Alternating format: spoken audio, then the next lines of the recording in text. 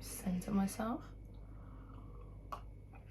So good morning and thank you for coming to watch my video. Today I'm going to be talking about living in London, and I'm hoping that anyone that's thinking about moving to London or is generally just curious about what it's like to live in London, I'm going to tell my story and hopefully it helps you. And if you have any questions at all, just pop a comment in the box below. So I moved to London in 2017. I'd never been to London before. I'm from a small town in Cheshire. So yeah, what happened was I was living in Ibiza, or I was doing seasons in Ibiza for 3 years. And then I realised that it was quite unstable doing 6 months out there and then moving back in with my parents and, you know, just being on an enormous come down, and it wasn't nice for my family and I was really unhappy. So I thought, well, I'll go to London, I'll get a degree and I'll start a life for myself to get some stability. And I've been here for, I think, almost 8 years. I can't math, I really can't math. So yeah, whatever, 2017 to 2025. And I would say only recently I've started to be able to save money. And then I lost my job last week, so I moved here for stability. Did I get stability? Not really. Do I have any regrets? No, I love London and I can't imagine myself anywhere else. Yeah, so I got into university without, I didn't even have the grades. I was really surprised that I got into university because I'd really messed up my GCSEs because I was always high. And also I didn't do A-levels. I went to hairdressing college, but I dropped out because I was bored. And I really didn't think that I would get into university, but I thought I'd give it a try, and I did a lot of manifestation and yeah, just was really positive about it all. And I got into 3 universities. I got into 2 in London and 1 in Bath.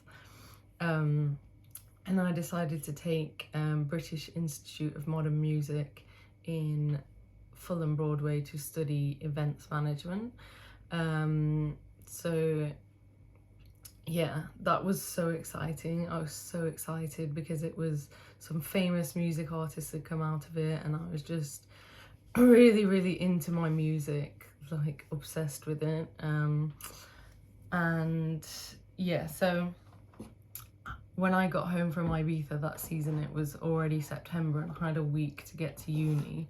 And I had no money. In fact, I was in debt. I'll do another video on my Ibiza story because that is just chaotic AF. Anyway, I was in a lot of debt and I got home and I told my parents that I was leaving for London the next week, and I hadn't even found a place to live. They just told me I was being ridiculous and I need to wait a year, and they sent me to a psychiatrist, and I managed to make the psychiatrist believe that my parents were crazy and not me. And off I went to London. My dad wouldn't even give me a lift because he was so against it. My parents are country folk. They really don't like the city. They don't like London. They thought that I would get stabbed or caught up in trouble, and they had a lot of fear around it, so they didn't want me to go. And yeah, I didn't really have much that I owned because I'd been living like a hippie for the last few years in Ibiza. I just packed all of my things into bin bags, and then I went on the Facebook page for the university, and I found the first place that was close to the university. It was 2 Swiss guys, a guitarist and a drummer, and a Swedish guy who was a producer, and it was a 5-minute walk from the university. So I just sent them the deposit. I didn't even look at the room or view it. And I got on the train yeah, I remember turning up and it's the first time I'd ever been on the tube, and it just looked like colourful spaghetti. It was so overwhelming, the tube maps and using the tube, but it was also so exciting. It felt really big to me, and just really futuristic in a way, because in my small town it's very traditional and old-fashioned. So I was so excited. And when I got out of the station at Fulham Broadway, the first thing I did, I saw a homeless person. I'd never seen a homeless person before because they don't have them in the countryside. And I was listening to his story for about half an hour, and I give him £5 note, and that's pretty much the only £5 I had. Anyway, that same homeless person still sits in Fulham Broadway to this day, 8 years later. So he's doing all right for himself, I guess. That sounded really mean. I didn't mean it in a bad way. I'll just delete that. I don't know how to cut and edit videos yet, so just boop. So yeah, I had my bin bags and I got out of Fulham Broadway and I couldn't find my flat. So I was asking people on the street and they were all running away from me like I was some homeless crackhead. My bin bags, and I'm like, excuse me, I can't find this address. They were just like, go away. And this one guy on a bike who was a teacher stopped and gave me directions, which was really nice. And I finally found it was just around the corner, and it was in a council estate. It was a flat on the top floor of a council estate. Again, I'd never seen a council estate before. And there were some like chavvy guys at the front, and they were smoking weed. I loved smoking weed at that time. I was heavily addicted to it, so I thought, this is perfect. I can pick up my drugs here. Great. And yeah, I loved it. I felt, oh my god, I'll never forget that feeling. It was probably the best feeling in my life. I felt like I'd achieved something. I was so proud of myself. I'd got there, I'd landed, I was next to the uni, I was ready to start next week. And the world was my oyster. I was just like full of excitement on what's gonna happen next. And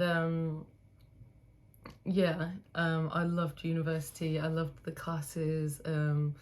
My university being a music college, I can only explain it like High School Musical. There was a lot of divas, especially on the vocals course. They all dressed really extravagantly, you know, like big colourful fur coats and amazing hairdos, and people were playing guitar on the stairs, and there was a lot of like rock guys, and everyone was really cool. I just loved it. I felt like I was in a film set. And anyway, I started to panic about not having a job because, as I said, I was already in debt and I needed to pay that off somehow. So I started applying for jobs like Primark, Costa, I think even like Home Bargains, like the really low tier shops, because I'd never been to London and I didn't think that I could get any decent jobs. My self-worth was pretty low, but I was also like really nervous. Anyway, I got rejected from Primark and a few other places, and I felt like, oh my gosh, what am I gonna do? Because if I can't get in there, then where will have me?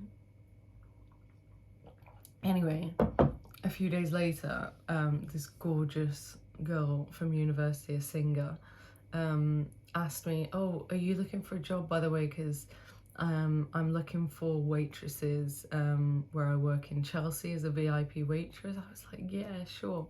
Now let me tell you, that was the best job I've ever had in my entire life, and that was such a God moment, because it was like, I feel like God always takes away things that aren't good enough for you and then puts something amazing in front of you, and you're like, that's why it didn't work out. So I loved my job as a VIP waitress in Chelsea. I made so much money. The shifts were 3 or 4 hours long. They gave me a uniform to wear. All of the girls were lovely. I got so much service charge, so much tips. I met so many people from Made in Chelsea and famous people, and I just was raking in the cash, to be honest. I was getting my hair blow dried every day and I felt great.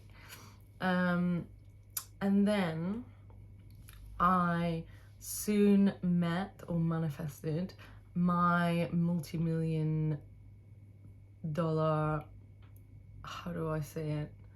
I met a very wealthy man that became my boyfriend, and I ended up living with him for 2 years in Mayfair, which I could never have imagined would happen. That was just beyond my wildest dreams. And how that happened was, when I was working in the club in Chelsea, after a while I thought, I don't want to work night shifts anymore, I want to work more in the day. So I applied for a restaurant cafe job in Mayfair, and yeah, I just had this immediate attraction to this guy. As I walked into my interview, he had his back facing towards me and he was looking over the steps, and even though I couldn't see his face, I was just so spiritually attracted to him. Like, there was this really energetic magnet between us. Anyway, his friend interviewed me and pretended to be the manager because they were pretty weird. I got the job, and then later on I realised that this guy I had the attraction to was actually the owner, and we started having drinks after work, getting to know each other, and then eventually we started sleeping together. And then the restaurant closed down, and I was really upset because I thought, am I not going to see you anymore? And I was so in love with him. And he said, oh, why don't you just move in with me? And oh my god, I felt like a queen being with him.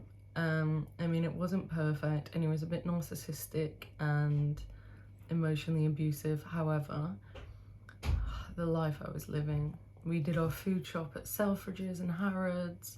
I had a driver. He had a fleet of cars. He had a Lamborghini.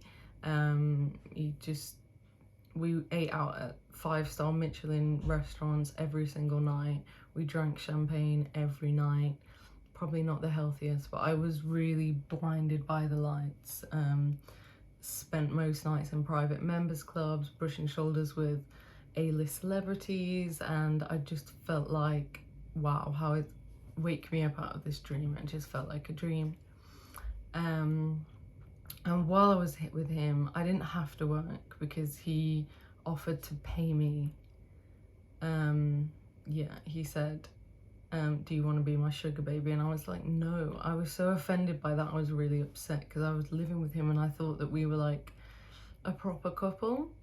But to him, I think maybe I was just, yeah, like a sugar baby. Someone that he used for sex, maybe. I don't know. But, yeah, my heart broke a lot throughout that relationship.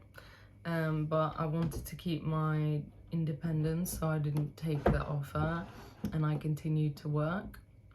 He had an events company, and I was studying events management, so that paired up nicely that I got some events experience.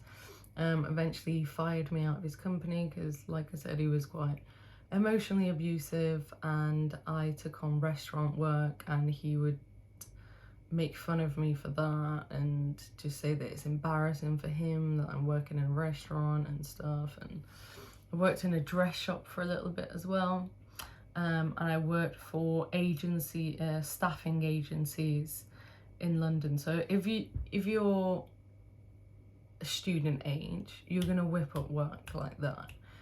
There's so many agency jobs for you to do in events, just waitressing, walking around with canapes, bar work. There's so much work for students, I promise you. I'm almost 30 now and I still pick up a bit of bar work, and I feel like I'm getting a little bit too old for it. I don't really want to be doing that anymore, but it's there if I want it. Yeah, I got fired from my corporate job last week, which was paying me 45,000 plus a lot of benefits like private healthcare. Those jobs are, if you've got a degree and some experience in a specific area, I think those jobs are easy enough to get. Typical 9 to 5, you get plenty of holidays, but they are quite stressful and high pressure, I must say. A lot of them are, in my experience. And whilst I'm looking for another serious job, because I know that they can take time through the interview process and the security checks, I'm going to an open day to hopefully get a job at Whole Foods today, because that is my favourite shop ever. And they have a new one opening on the King's Road in Chelsea, so fingers crossed for me. So yeah, where was I? Yeah, and then lockdown happened and I couldn't live with this guy. He was way too toxic, so I moved in with my friends. I finished my degree. I did another degree in music business at Taliard Studios, a master's degree. I fell in love with another guy. That didn't work out, and then I moved in with a friend in Shoreditch, and that was just, I didn't like Shoreditch. Shoreditch isn't for me. I'm much more southwest, Fulham, Chelsea, Clapham girly. I've never lived north. Yeah, that's one thing about London, that every part of London is very different. So you'd want to do a lot of research on where would suit you and your personality. Like if you're more of a creative, very artsy, you probably want to go to East, Shoreditch area, Hackney, hippie Hackney. If you are more, I can't think of another word than posh, because I'm definitely not posh. I'm from a working class family, but I'm a country person, and I do like tradition and like little cute farmers shops and very English traditional things. So that's why I think Chelsea, Clapham and Fulham fits me well. It's also got all your yoga and Pilates. I mean, everywhere in London does, what am I saying? North London, very classy. Again, I don't know much about it. I've just never been drawn to it. It's a lovely place, but just find it a bit boring personally. So yeah, I moved to Shoreditch. Then I moved to Tooting with a random family because it was cheap rent. Then I moved to Clapham with some random housemates that I found on shared room. That was okay.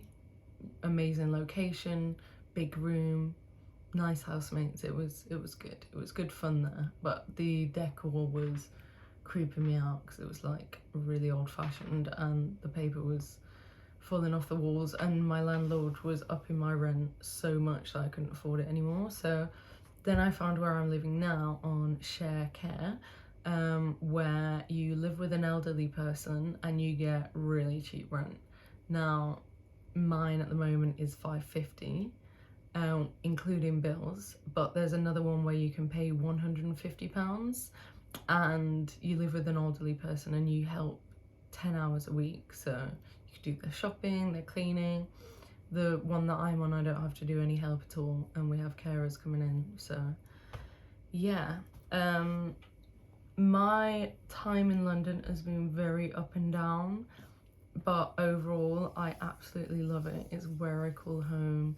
When I go back to see parents, I do start to miss London after a week, and London is very diverse, and I feel like there is a place for everyone to make something for themselves. You've got to network, put the work in and put yourself out there, but yeah, it's very easily done, and I hope that you got something from this video. And if you're thinking of coming to London, wherever you're from, please do, and I'd love to hear about it. Have an amazing day.